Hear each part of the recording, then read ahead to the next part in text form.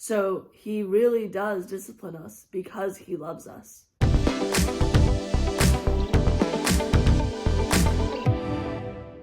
Hey guys, it's Hope. Welcome back to my YouTube channel. And today I am going to be talking about the lessons that my guide dog, or just getting a guide dog, has taught me about God. So I hope that this encourages you, that this inspires you in some way. Let's jump right in. Number 1, wait on God. This was a really hard lesson for me to learn as I was waiting for things to go through with my guide dog. When I was applying for my dog, I had to wait for the application to go through. I had to wait for the guide dog school to call me back to schedule a home interview. I had to wait for a whole bunch of different things. And then I had about, I want to say, September to May. So about a 9-month wait from the time that I got the home interview to the time when I got called for a class. So there was a lot of waiting involved. And what I found was that when I was either super focused on like when they were going to call me back, or super anxious about it, or impatient, I didn't get the response that I was looking for. But it was almost like when I would take a minute and surrender to God and say, you know what? It's not on my timing when I get my guide dog. It's on God's timing. That's when things started to fall into place. And so it was this idea of like, rather than trying to take things into my own hands, or rather than following up all the time, or trying to like wonder when things are going to happen, do what you can and then let it fall into God's hands and let God take care of the rest. And that's kind of what I had to learn over the year that I was applying for my guide dog, was just like, do what I can to understand and to make sure that I had all of my ducks in a row, and then wait on God's timing, because his timing is perfect. And when I was patient and I did wait, that's when things happened. That's when the calls came. That's when I got slotted for my guide dog. So that was a very important lesson for me to learn. Number 2, God's will leads you on safe paths. So I think this was like 2 or 3 months after I'd gotten my guide dog. It was after school, and I was waiting to go home, and I decided that it would be a really fun idea for me to go out and walk my old cross-country trail that I used to do. So I went, and part of it was like through the woods. And so I went on this trail, and I walked into the trees, and I could not tell where the trail was because there were so many trees and it was so shadowy that I had no clue where I was going. And so I just held that harness and I let him lead me. And I could not see the path at all. And as a matter of fact, it looked to me like the path was going in different directions than what we were taking. But in the end, we made it out of the woods. And as I was walking along this trail, I was like, you know what? This is exactly what life with God is. That he leads us down these safe paths. I was reminded of Psalm 23, which basically says that he leads us by still waters and he makes us rest in green pastures. So this idea of like, there are so many twists and turns in the road that we can take, and there are so many paths that we can take, but there's only one correct one that's going to get us out of the woods, as it were. And so if we follow God as our guide, he will get us out. He will make sure that we are safe. And so that's kind of what I learned there, was like, when we can't see the path, which is pretty much all the time in life, then we trust God for that. Just like I had to trust my dog to lead me on the correct path through all of those trees, the whole woods and everything, and get me out into a safe area. Number 3, God gives us all we need. I look at my dog and, every day he expects things from me. He expects me to take him out on regular intervals so that he can go to the bathroom. He expects me to feed him and make sure that he has water for the day. He expects me to love him and to pet him and to tell him that he's a good dog. He expects me to play with him, give him exercise, make sure that he has that mental stimulation. He expects purpose from me. As much as he loves working, he doesn't work unless I put the harness on. So he expects me to give him a purpose. But never once does he question me. I don't think that he has those worries because he trusts me.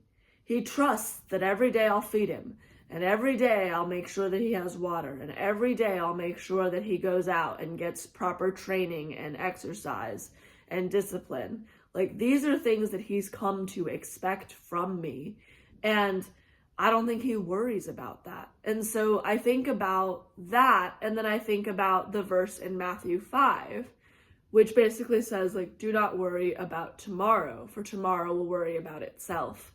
And this is Jesus talking, like, during the Sermon on the Mount, and he's basically like, God feeds the birds of the air. He cares about every sparrow that falls from the sky. He makes sure that the lilies get what they need. How much more will he care for us?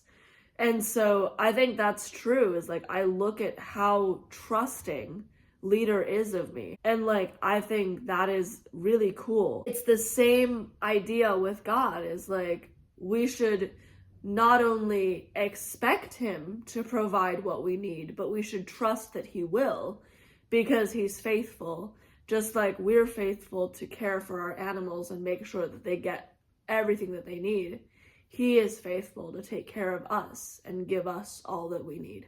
Number 4, God disciplines those that he loves.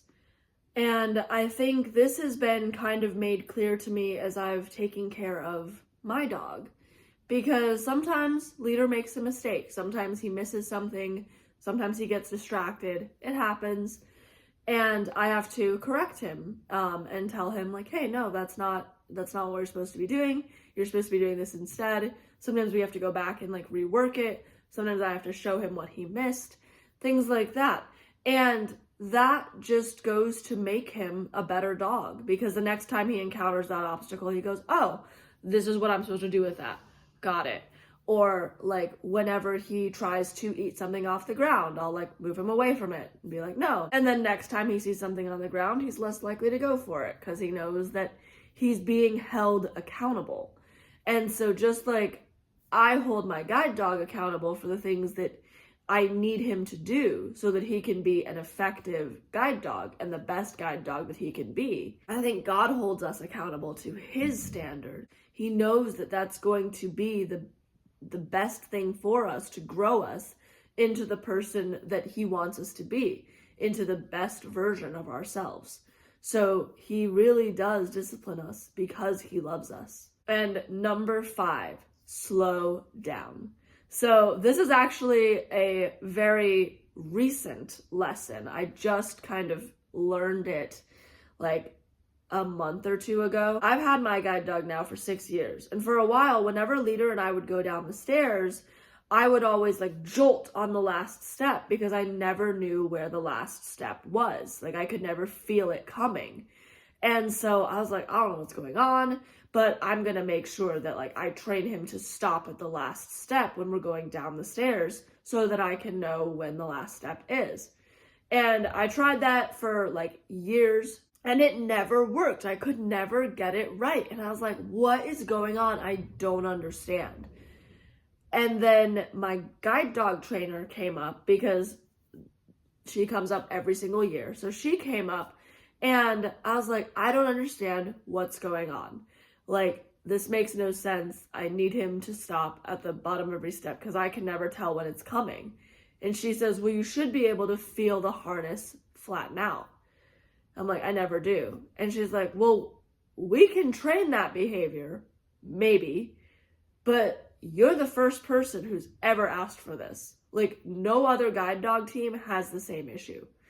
And I'm just sitting here like, oh, great, like, this is just a me thing. Okay. And I was like, well, I'm fine with solving it in whatever way we can solve it, but I just need it solved because I can't find the last step when I'm walking down the stairs.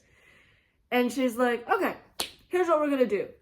Show me how you go down the stairs. So we walked up a couple flights of stairs, and I showed her how we went down. She's like, yup, as I thought. It's like, oh no, okay, what? She's like, you need to slow down. Because you're going so fast on the stairs, you're not giving you or your dog time to like properly level out when the steps come to an end. So you're just gonna jolt down the last step because you don't know when the end is coming. Both of you are going so fast, you are on top of him and he can't tell you when the bottom of the steps are. And the way that he should tell me when the bottom of the steps are is by like leveling out the harness. And the harness does level out. It's just both of us are going so fast, I can't feel it, and he just keeps on going. So the next time that we went down the steps, we went down and I gave him his command for slow down, which is easy. So I said forward, and then I said easy, easy. We walked down the stairs and it was like a charm. It flowed so smoothly. As I was doing this, I realized how often in our lives do we just go so fast that we don't see what's going on, or we don't see the signal that God's giving us that he's leading us in a different direction or whatever. Like, how often do we go so fast that we miss time with God? And I know, like, I do it all the time. And I miss the milestones, or I miss the markers to let me know like what I should be doing instead, or what I should be doing as well, or whatever. So just like slowing down and making sure that we are taking the time to make room for God to speak is always a wise thing. So those are 5 lessons that my guide dog has taught me about God. I hope that you enjoyed this video. If you did, like, share, subscribe, comment below on what other videos you would like to see, or just your thoughts on this video. I hope that this inspired you, that this encouraged you in some way. And I hope that your year is off to an amazing start, that you're getting started with those New Year goals and resolutions and things like that. And I will see you in my next video. Until then, have a great day. Bye, guys.